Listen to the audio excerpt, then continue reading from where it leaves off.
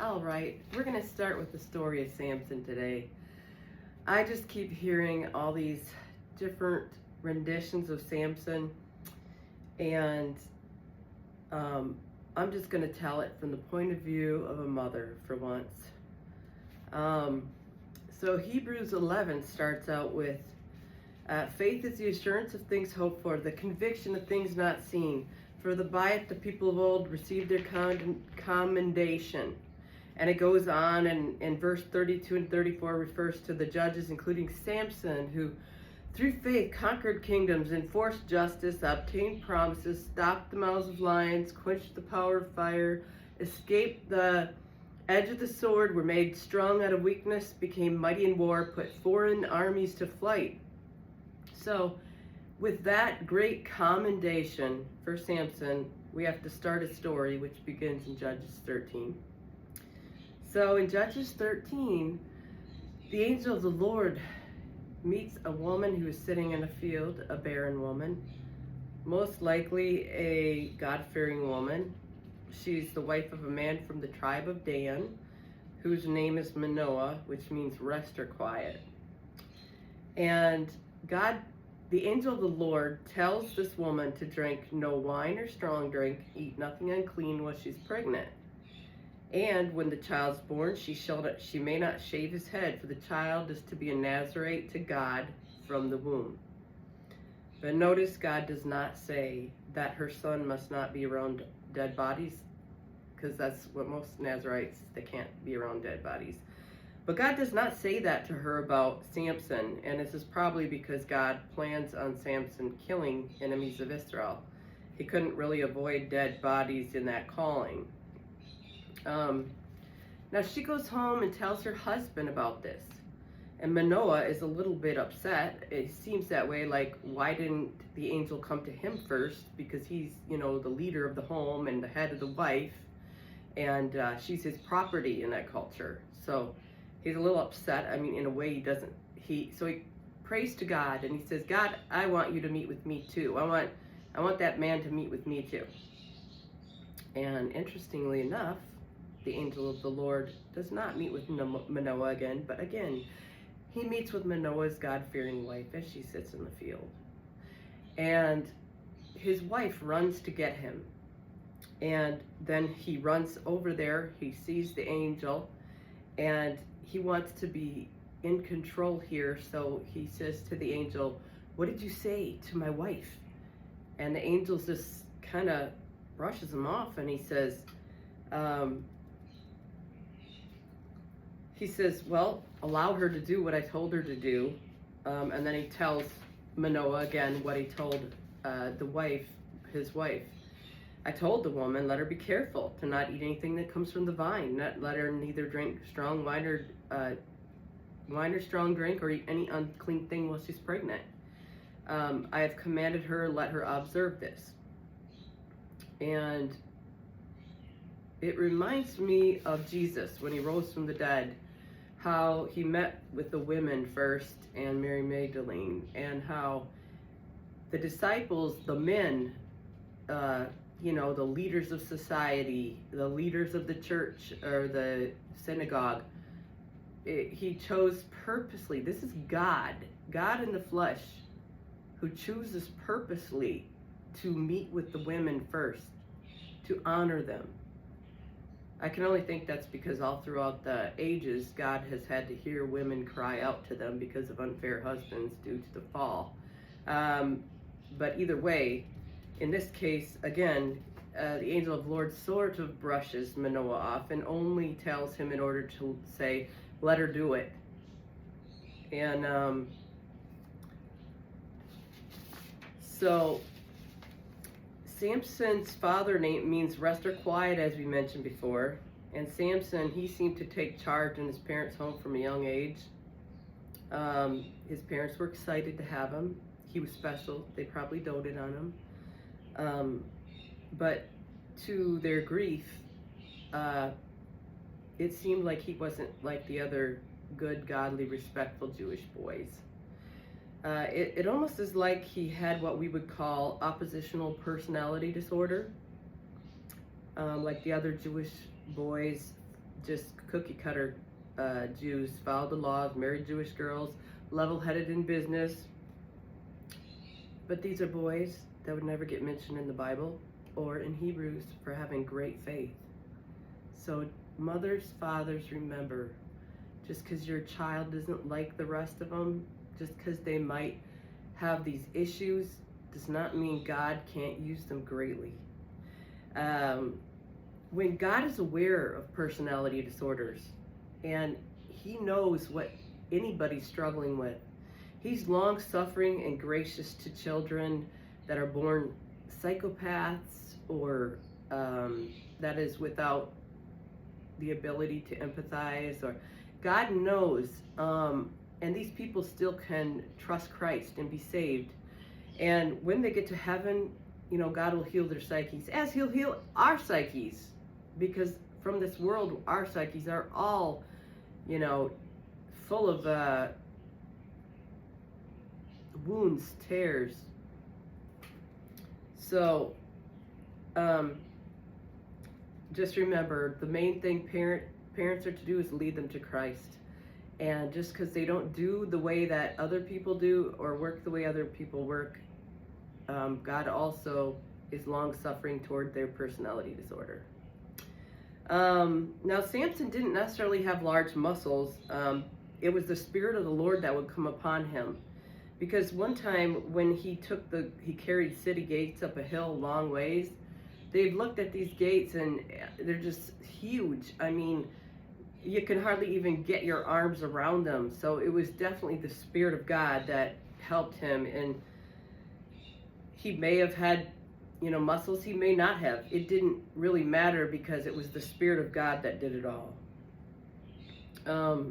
Samson, with all of his faults, he never worshipped another god. He only worshipped the God of Israel, either in his mind or his life. He had faith in God. He was very impulsive, and he couldn't seem to say no to himself. Some people and some children have, and some personalities in this world have a way more difficult time saying no to some things than other people. And again, God knows who these people are. God knows their weakness and their frailty, and he judges accordingly or doesn't. And that's why in Samson's case, I believe, he was in Hebrews as a great man of faith, and God honored him despite his inability to not go according to his impulses.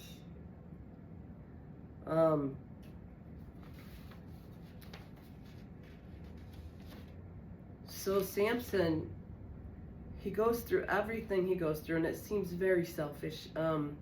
First he tells his parents, "Get me that woman to wife." And so they do. And then he tells them a riddle that there's no way that anybody could know, because he didn't tell anybody the riddle. And so his wife finds out, and then he's mad at her. So he kills 30 people to give the clothing sets to the 30 men, because that was the bet. If he won the bet that they couldn't answer the riddle, they had to each give him some clothing. If not, he had to give them 30, each a set of clothing. So he did it. He killed 30 Philistines to give the other guys the clothing. Then, because he was mad at his wife for telling them, he runs back home. So then he waits a little while, and maybe a long while, and then suddenly he's like, I'm going to bring my wife a goat and then see if she'll sleep with me. So he goes to her father's house, brings a goat, and said, "I want to sleep with my wife." And the man says, "I thought you hated her. I gave her away to your best man." Well, then he's furious. So then he ties foxtails together and puts brands in the middle, and they run through the fields, burning all their crops. Then the Philistines they hear what happened, so they're mad at the father for giving his daughter away. So then they go and burn her and her father alive. And then Samson's even more mad. So then he just kills 1,000 Philistines with a jawbone of a donkey. And again, then when he says to God, hey, I'm thirsty, I'm gonna die, he again has great faith, because God then makes some water come up out of a rock right there, and that area was called the jawbone in memory of this. And he drank, and he was able to go. Next thing you know, he's down in Gath, meeting with a prostitute, and at midnight, they all know he's there. They want to kill him. At midnight, he gets up, he pulls the gates off the hinges, he walks up a hill, 30-minute walk, uphill with these giant gates, and drops them down. Now, if Samson had been a team player, he would have worked it out with some of the Israelite fighters that when he picked the gate up and brought it over there, they could invade in the night. But no, that's the whole problem too with Samson. He was not a team player. He was a loner. And that had to do with, pride and arrogance too. But also the Jewish people also were mad at him because he was causing problems between the Philistines and them. So if the Jewish people also had worked together with him, since he was called by God and he had a story of an angel coming to his mother, the Jewish people should have worked with him. If they had teamwork where they were working together, the Israelites could have overtaken the city at midnight then when he took the gates off 30 minutes away. No, that didn't happen. Then he goes home, and then the people come to the Jews, say, give us Samson, and the Jewish people go and they give him Samson, and he breaks through the chains and through the ropes and all that. Finally, he's with Delilah, and she asks him, come on. She wears him down, and then he tells her his strength, so she cuts his hair. They gouge his eyes out, and they put him to work on a grinding mill. And the interesting thing about that is he did have time to repent. He had a long time to repent while pushing that grinding wheel around, and he most likely was talking to God a lot. So it doesn't tell us what he was doing, but Samson clearly had a habit of talking to God. We know that already, when he was thirsty, he talked to God, and it's hard to understand that he wouldn't when he was blind and not distracted by women or anything else and pushing something heavy round and round circles. Then they have a big feast of Dagon, and they're gonna thank this fish god for getting Samson, that they got him. So they said, bring Samson in so we can watch him and laugh at him. So there was a young boy who brought him in there, and he said, put me by the pillars. And then he prayed again and said, God, take my life and let me bring down this temple. So he did it. And you can see in his death, he killed more people than in his life, and the Jews got his body, and they kept history on him, obviously, or wouldn't be in the Bible. They must have honored him in some way afterwards, more after his death than during his life. Nobody really understood Samson. And what I think is teaching us is, in the church, when you see a child that's different, when you see a child that's got oppositional personality disorder, or is a psychopath born that way, and I don't mean psychopath that wants to hurt people. I'm talking about a psychopath that just can't empathize. When we have those people around us,